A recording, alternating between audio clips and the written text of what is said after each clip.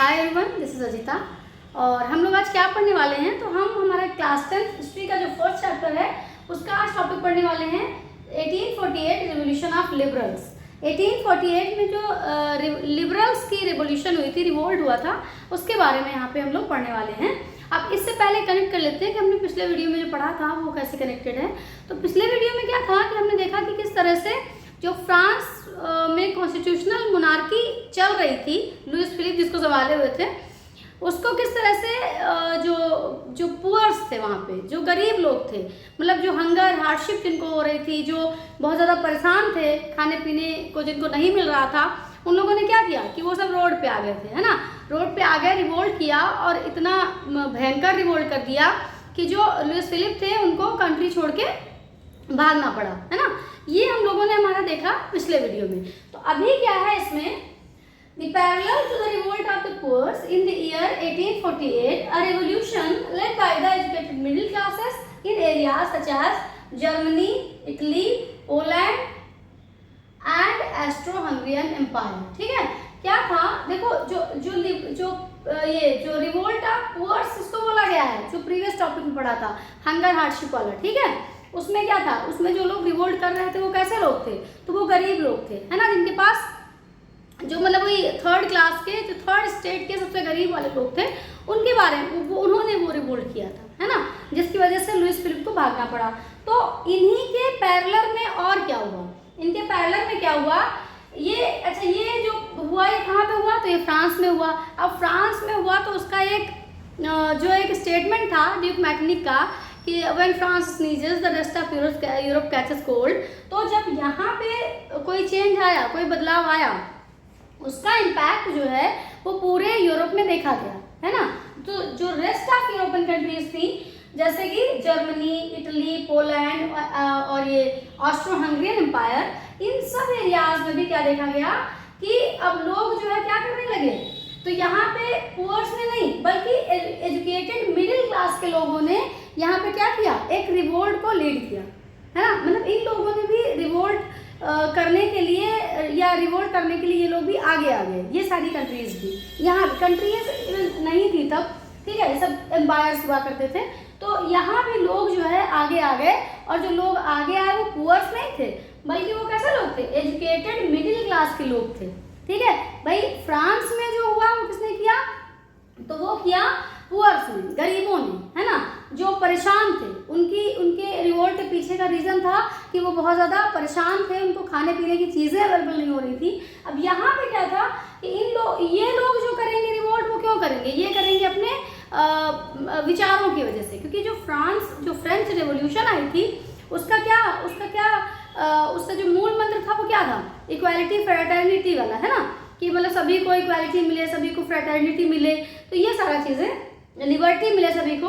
तो इन आइडियाज को फॉलो करने वाले ये लोग थे, कौन, एजुकेटेड मिडिल क्लास के लोग। तो ये अपने विचारों की वजह से, अपने आइडियाज की वजह से, ठीक है, क्या करेंगे, रिवोल्ट करेंगे, ठीक है। किन किन एरियाज में होगा, तो जर्मनी हो गया, जर्मनी तब नहीं था, प्रूशियन एम्पायर था, ठीक है, जर्मनी बाद में बना, एम्पायर वही था, जगह वही थी, ठीक है, लेकिन वो जर्मनी नहीं था बल्कि प्रूशियन एम्पायर था, ठीक है। इटली है, पोलैंड है एंड ऑस्ट्रो हंगरियन एम्पायर है। इन सब जगहों पे भी सेम चीज़ देखी गई फ्रांस की तरह, ठीक है। क्या हुआ, people push there demands for the constitutionalism plus unification. अब क्या था कि लोग जो थे उन्होंने ये रिवोल्ट करने वाले लोग थे, इन लोगों ने क्या किया, इन लोगों ने कहा कि कॉन्स्टिट्यूशन होना चाहिए, जैसे कि फ्रांस में हुआ कि कॉन्स्टिट्यूशन बन गया था, रिपब्लिक बन गया था फ्रांस। मैं पिछले वीडियो में यही तो हुआ कि लुइस फिलिप भाग गए और फ्रांस जो था वो रिपब्लिक बन गया। तो उसी तरह से जो रेस्ट यूरोपियन कंट्रीज थी, वहाँ पे क्या हुआ कि लोग जो है अपनी डिमांड्स को पुश करने लगे कि कॉन्स्टिट्यूशनलिज्म होना चाहिए, प्लस हमारा जो एम्पायर है, जो टुकड़ों में बटा हुआ है छोटे छोटे, उसको क्या होना चाहिए, उसका यूनिफिकेशन होना चाहिए, है ना। और फ्रीडम ऑफ द प्रेस, इसके अलावा फ्रीडम ऑफ प्रेस दी जानी चाहिए और फ्रीडम ऑफ एसोसिएशन दी जानी चाहिए। मतलब प्रेस की फ्रीडम दी जानी चाहिए, प्रेस को, क्योंकि प्रेस पे इन लोगों ने सेंसर लगा रखा था, है ना, कि कोई भी कुछ छापेगा नहीं, कोई भी कुछ मतलब रिवोल्ट से जुड़ी हुई या रिवोल्यूशन से जुड़ी हुई बातें कुछ नहीं छापेगा। तो इन्होंने कहा कि फ्रीडम ऑफ प्रेस होनी चाहिए, प्लस फ्रीडम ऑफ एसोसिएशन, जो फॉर्म एसोसिएशन है ना, जो एसोसिएशन बनाने का एकदम रोक लगी हुई थी कि 4 लोग खड़े होकर बात नहीं कर सकते हैं, तो वो एसोसिएशन बनाने की भी फ्रीडम लोगों को मिलनी चाहिए, ठीक है। In the German region people came together in the Frankfurt and decided vote for German national assembly. और इसी के चलते क्या हुआ, जो प्रूसियन एम्पायर था, जो प्रूसिया वाला एरिया था, ठीक है, तो देखो ये जैसे प्रूसिया हो गया, तो प्रूसिया में जो बड़ा एरिया था वो किसके पास था, तो वो था जर्मन एम्पायर, ठीक है, ये हो गया तुम्हारा जर्मन एम्पायर। और बाकी यहाँ पे छोटे छोटे और भी एरियाज थे, ठीक है। जैसे हम बात करें अमेरिका की, तो अमेरिका हमारा जैसे पूरा एक कॉन्टिनेंट है अमेरिका, हम उसको बोलते हैं, लेकिन वहाँ पे छोटे छोटे अलग अलग स्टेट्स है ना, तो वैसे ही वहाँ पे था, ये पूरा एक प्रूसियन एम्पायर हो गया, ठीक। इसमें ये इतना एरिया जो है वो जर्मनी होता था बाकी का, तो इस तरह से, ठीक है। तो यहाँ पे क्या था कि जो जर्मन रीजन के जो लोग थे ये कहाँ पे आ गए, तो ये फ्रैंकफर्ट जो था, फ्रैंकफर्ट पार्लियामेंट वाला, जो Frankfurt parliament, Frankfurt even city है, ठीक है, तो वहाँ पे ये लोग सब इकट्ठा हुए और इन लोगों ने क्या डिसाइड किया कि हम क्या करेंगे, तो हम जर्मन नेशनल असेंबली बनाएंगे, जर्मन नेशनल असेंबली बनाएंगे, उसके लिए वोट करेंगे, ठीक। और फाइनली इन लोगों ने वोट किया और वोट करने के बाद में ऑन दी 18 मई 1848 जो इनके जो इलेक्ट होके जो इनके रिप्रेजेंटेटिव्स हैं वो कितने थे, 831, ठीक है। इन लोगों ने जब इलेक्शन हो गया, इलेक्शन के बाद 1831 पीपल जो थे वो इलेक्टेड हो गए, तो ये लोग कहाँ गए, ये रिप्रेजेंटेटिव जो है March two the Frankfurt parliament, ये लोग फ्रैंकफर्ट पार्लियामेंट गए और वहाँ जा करके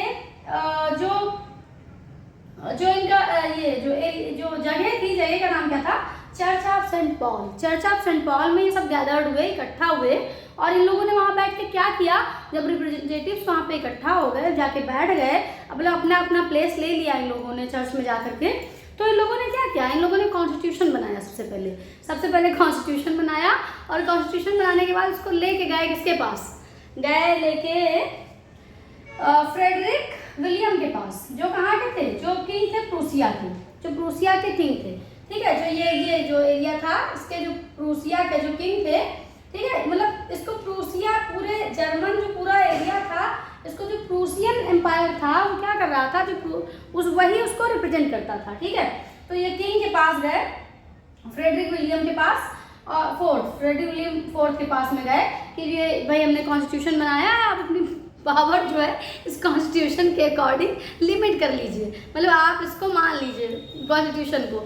तो भाई क्यों मानेंगे किंग क्यों मानेंगे, कंजर्वेटिव है वो, ठीक है। तो उन्होंने क्या किया, उन्होंने जो मतलब ये छोटे छोटे वाले जो रीजन थे इनमें भी तो किंग थे, तो उन्होंने उनके साथ जा करके वो खड़े हो गए, उन्होंने कहा कि हम नहीं मानेंगे तुम्हारा कॉन्स्टिट्यूशन और निकल लो इधर, भाग जाओ यहाँ से, है ना।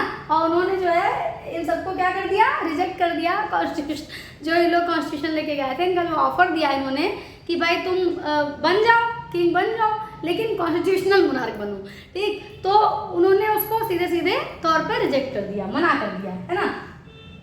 और फाइनली क्या हुआ, तो फाइनली जो है ट्रूप्स बुला ली गई, ये सब राजा जो है ये सब साथ हो लिए एकदम, और इन लोगों ने फाइनली ट्रूप्स को बुला लिया, ट्रूप्स मतलब आर्मी, सेना बुला ली, ठीक है। और क्या हुआ, कॉल्ड द असेंबली व फोर्स टू डिसबैंड, और असेंबली को फिर फाइनली डिसबैंड कर दिया गया, ठीक है। एंड पॉलिटिकल, अब यहाँ पे क्या था कि देखो एक तरह से ये क्या था, ये एक असफल प्रयास रहा, क्या, किस चीज़ का, जर्मन यूनिफिकेशन का, ठीक है। ये यहाँ पे जो प्रूसिया था उसको जर्मनी बनाने की कोशिश की गई, लेकिन फाइनली वो बन नहीं पाया, ठीक है।